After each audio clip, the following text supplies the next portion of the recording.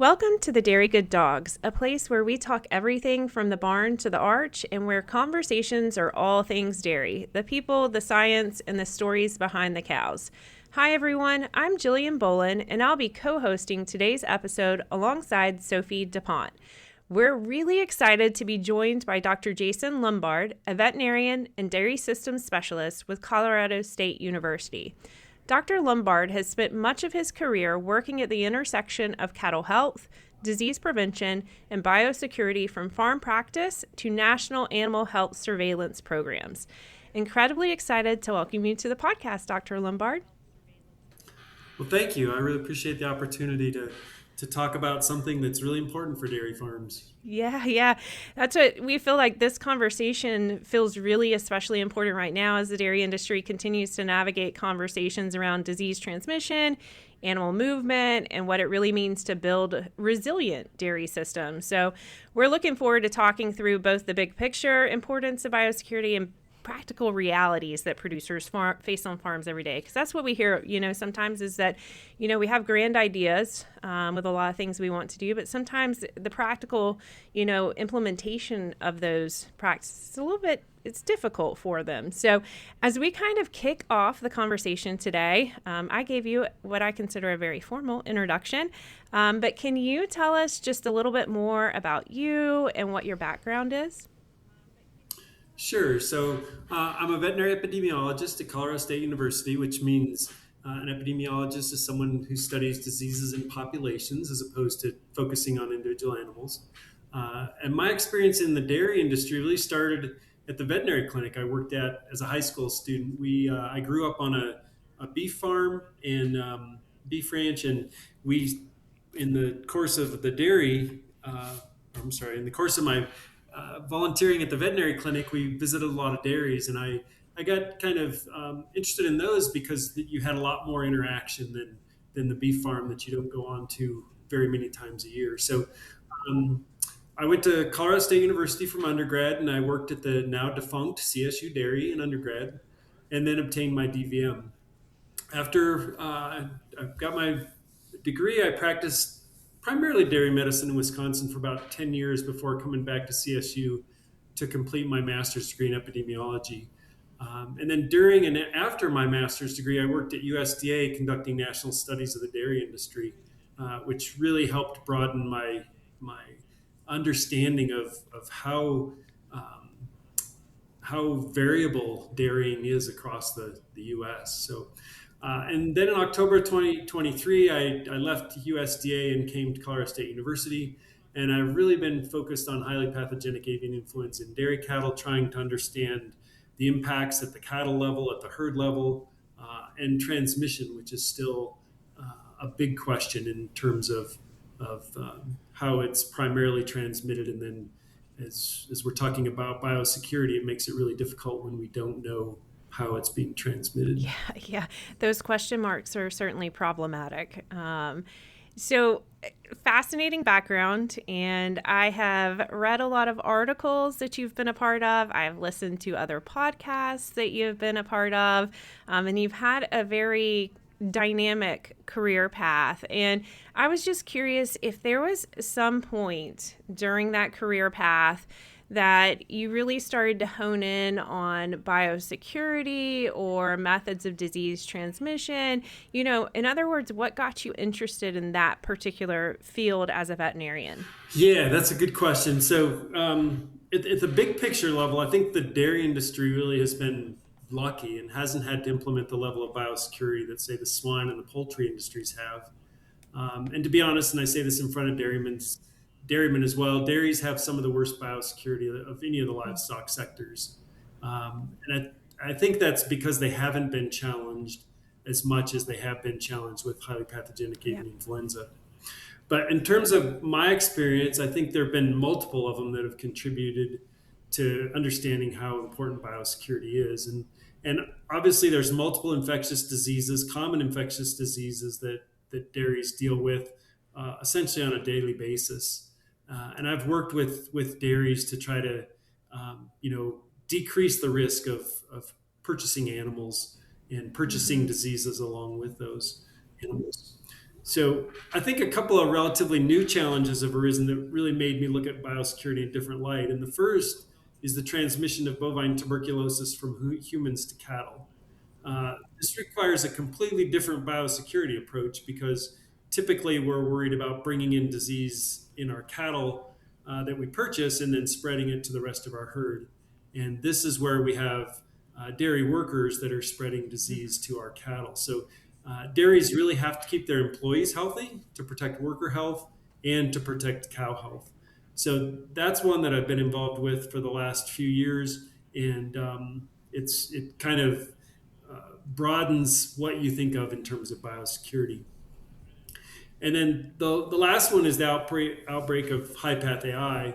And this was, I think, difficult because producers were given recommendations on implementing many biosecurity practices, and some of them did implement a lot of those practices, but their herds still ended up getting infected. And I'm wondering if this actually makes producers less likely to implement biosecurity if they tried it and then it failed. Mm-hmm. And I think that the problem with high path AI, when we focus on biosecurity, on mitigating disease exposure and transmission, we really have to know how the disease is transmitted, because we can put in place 99 mitigations, but if we don't put in the one that's most important, we're not going to prevent the spread of disease. So we still don't have a good grasp of how high path AI is transmitted.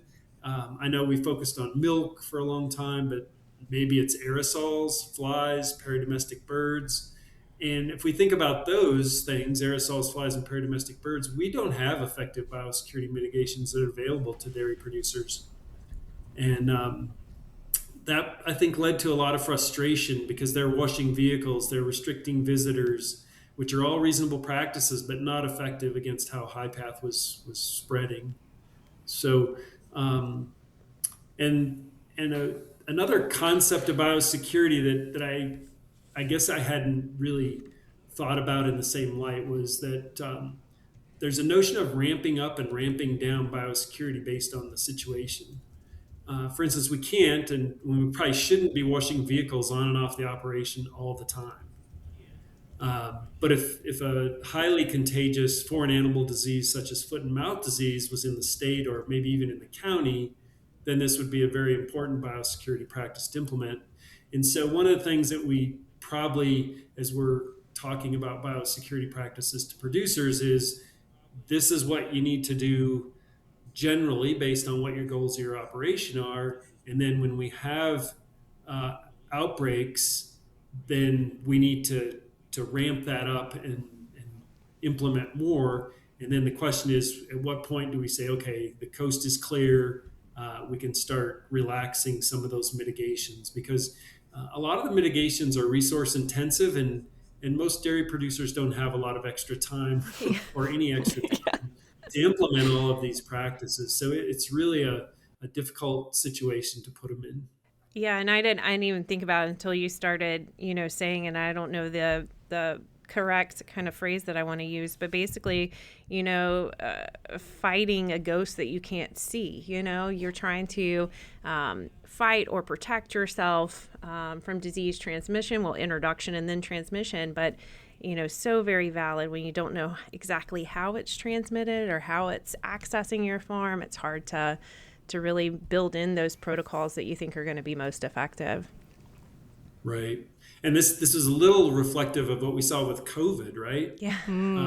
We got varying recommendations and sometimes opposite recommendations over a period of time because people didn't know how that was spreading either. So I think that some of the producers may have still had that in their mind about, well, we didn't know how to deal with COVID effectively. Maybe we don't know how to deal with high path effectively either in terms of preventing disease transmission.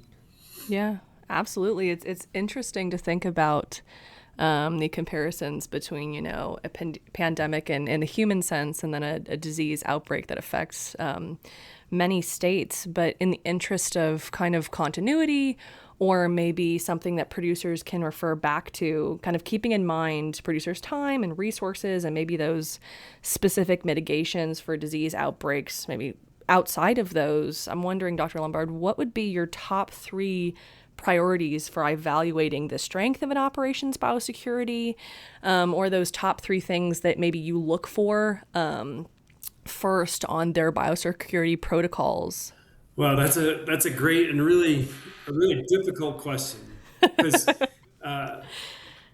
biosecurity really should be based on the goals of the operation in regards to disease prevention, and that may differ based on the type of cattle they have. It may be based on, if you're a producer that, specifically dairy producer that goes to shows and takes your cattle, that you're going to have different goals and different mitigation practices than maybe a commercial dairy, and maybe in different parts of the country, you're going to have different mitigations. So if you're in Michigan, for example, upper Michigan, where they have TB endemic in the white-tailed deer, then your biosecurity practices are going to be a lot different than what we have, say, here in Colorado. An operation can implement excellent biosecurity practices, but if they're not effective against the target disease, like we talked about with high path, then they're just wasting resources. And I would say that the private veterinarian working with the producer and knowing their goals would really be the best sources of information and able to work to implement the proper and effective practices that are necessary based on their goals. Because I think ultimately, if the biosecurity program is in line with what the producer is trying to achieve, then they're much more likely to follow that. Right. So, Okay. and there's biosecurity practices that are great against a variety of diseases, but alternatively, you can have an operation that has very strong biosecurity program for some diseases that aren't effective against others. So it's really complicated putting together a biosecurity program, and I think that the private veterinarian would be the best resource for producers to try to determine what they should and should not implement.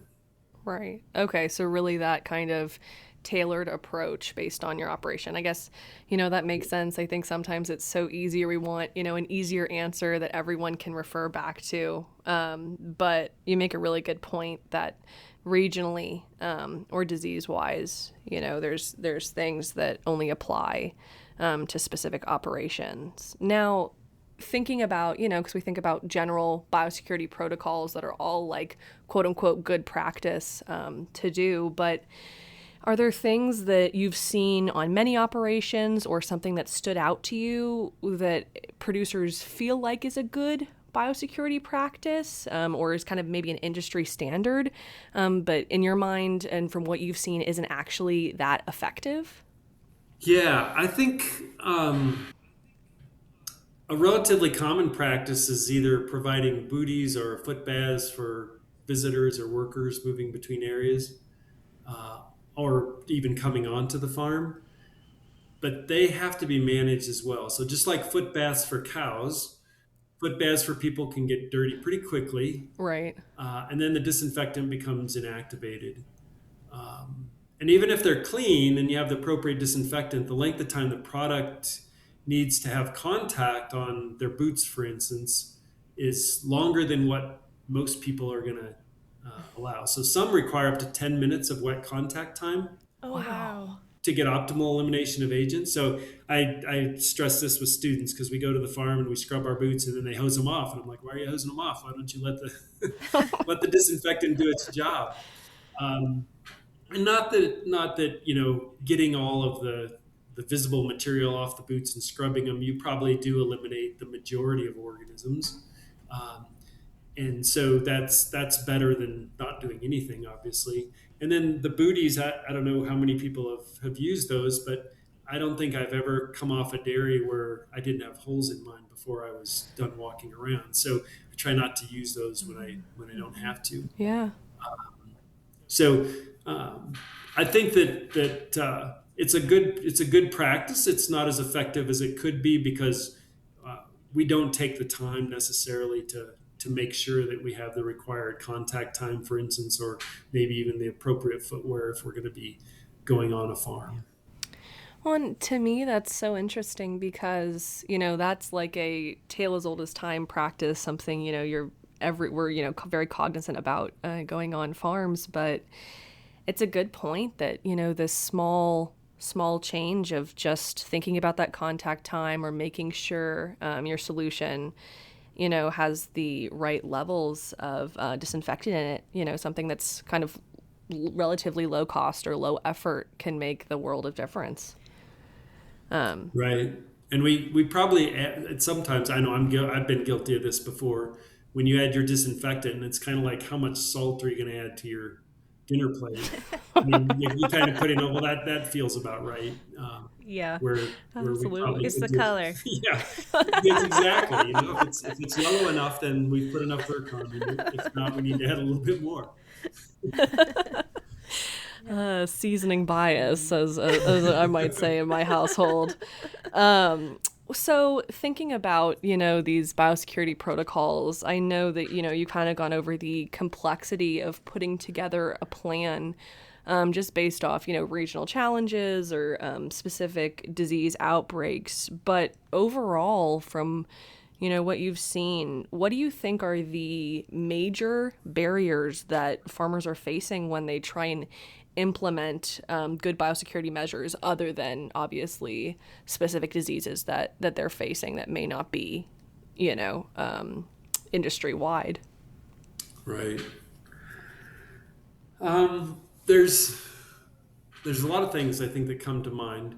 One is just resources. I think that's time, energy, money to do some of these things. But I think that kind of is a result of the structure that we have, the facilities and the business models for many dairies really impedes implementing good management practices. So especially large dairies are really busy places. There's a lot of traffic going on and off the farm all the time. We think about employees, service personnel, rendering trucks, milk trucks, cattle haulers, feed delivery. There's just always constant traffic on these farms. And we don't know if where they've been in terms of, have they been on a farm that has a disease that they could traffic it over to the new farm. And we in the fall we think about silage harvesting here, and you could easily have 50 trucks per day going on and off a facility or more. And obviously those should be a little bit lower risk because they're just going from the field and the dairy. But Right. If you're trying to, let's say that you're in an outbreak area and you've got to do truck washes for everything coming on and off the operation, do we modify our protocols so that those trucks don't have to, or do that, or those are just logistics that have to be worked out. And physical structures are really expensive to modify and make more biosecurity friendly, especially with the size of dairies that we have now. And so one of the things that I'm amazed at every time I go on a dairy is how do you keep animals away from the feed area? Right. When I think about how high path and salmonella can be transmitted, I think of birds. It's impossible to keep birds off dairies, and we've heard of the feed area. Some of the feed bins are just black with birds at certain times of the day. So you can reduce the number of birds, but elimination is essentially impossible. So and that's just one source of diseases through birds. There's a lot of other animals that can access feed pretty much at will on dairy operations. And so how do you completely change the structure of how they feed and that to make those more biosecure? Yeah. The other thing is, with the essentially the business model of raising heifers off site or moving cattle from dairy to dairy. So especially the offsite animals might be commingled with cattle from other operations, which increases the risk of dairy acquiring disease when they come back to the home dairy. So we did see that in terms of high PathAI. A lot of the reasons that it moved was because the farms that were in these networks moving cattle, they hadn't diagnosed it on their farm, and so those cattle got moved before they were showing any clinical signs. And that's just the disease got into a network where it moved. And how do we? It would require a complete physical and business model change, I think, to make biosecurity similar to what we have in the swine or poultry industries. Mm-hmm. Yeah. So I've got a random throw-in question. How do you feel about discussion when we're looking at some of these diseases on the herd level immunity? Let it come, let's develop herd level immunity and go from there. I know it depends, but... Well, we can develop herd level immunity, but depending on what disease it is, if we have, so let's say, we'd have to have a disease that we have a really good vaccine for. So we could talk about something like BVD, that we have a good vaccine, but if we bring in a persistently infected animal, we're probably still going to get transmission of disease even with vaccination. So Right. I think this kind of goes back to the question about what are the top things, or what are the top three things you can do in terms of good biosecurity. And so if a farm has the goal of keeping BVD off the operation, then they want to do some testing of the oncoming cattle, make sure they're not bringing persistently infected cattle on. They still might want to do a vaccination program just in case something goes wrong. We had an interesting scenario last year with a farm we were working on where they were testing all the calves for BVD. And it turned out through kind of a management error that they typically retested the calves 3 to 4 weeks later, just to confirm that before you euthanize a $1,500 calf, that does indeed have as persistently effective with BVD. And they had 3 animals that got missed, Right. that were PIs, and they got sent to the heifer raising operation, and then they started seeing PI calves come out of that. So, and they did have a strong vaccination program, but they still ended up with PIs. And that turned out to be a management where they weren't buying cattle. Those were just coming from internal. So there is that balance between, you do want good herd immunity, but you're probably, depending on the goals, if you're comfortable with low levels of disease, that might be fine. If you want to eradicate or eliminate a disease from a herd, or prevent its introduction altogether, then there's probably going to have to be some additional mitigation, such as testing, that have to be done. I think the number one way that most dairy operations get disease is through purchase of cattle. So, except for TB now. We don't think that's the way they get TB anymore. But so we did talk about BVD. So I think that's one thing, that if that's the goal, then that's really not that expensive to implement something like that, where you're testing incoming cattle and or testing your own cattle. And what they can do is, that's usually done with an ear notch sample that they can actually pool multiple calves into one sample.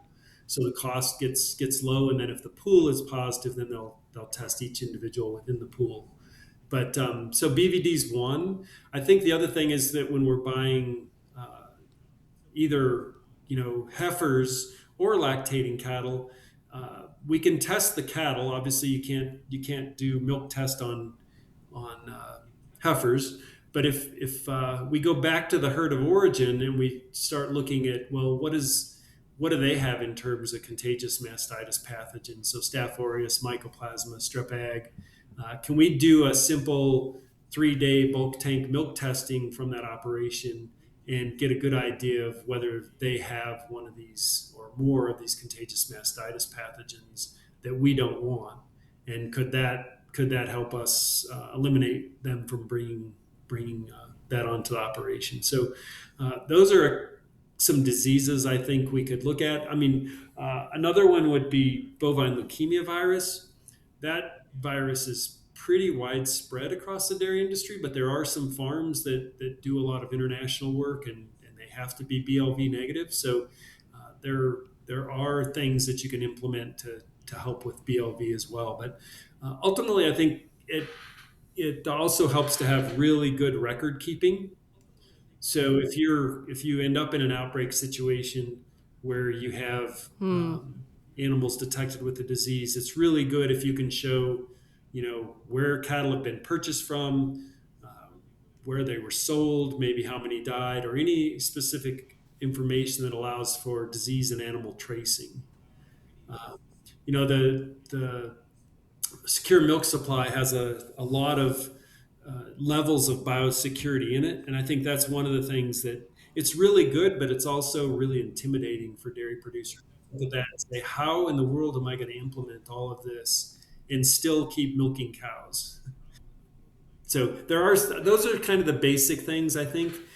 If because when I think about biosecurity from a producer perspective, I really think about how do I prevent these diseases or this specific disease that I don't want on my farm to get on my farm. And so that's kind of the approach that I would take with that producer.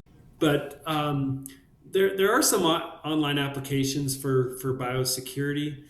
We just actually had a demonstration this week with a company out of Australia that has a geofence program Ooh. where you can see if people sign up, you can actually see as they come on and off the operation. So one of the pieces of the secure milk supply is recording visitors on and off the operation.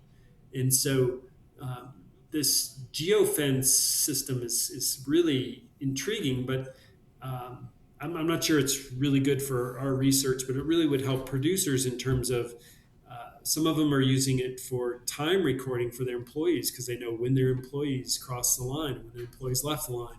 They can see where they go on the operation. Are they going to areas where they shouldn't go?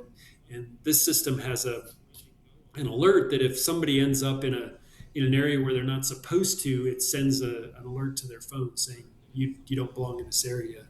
Um, so some of those things I think are going to be more common as we go forward. Uh, so I do believe that there's going to be some tools and technologies and applications that can help us with biosecurity um, in the future. But I think that starting in terms of the protocols and practices, I think that really probably is going to have to go back to consultation with your private veterinarian and maybe with extension folks, other people that can help navigate some of that. Yeah, absolutely. Yeah, that's the new technology.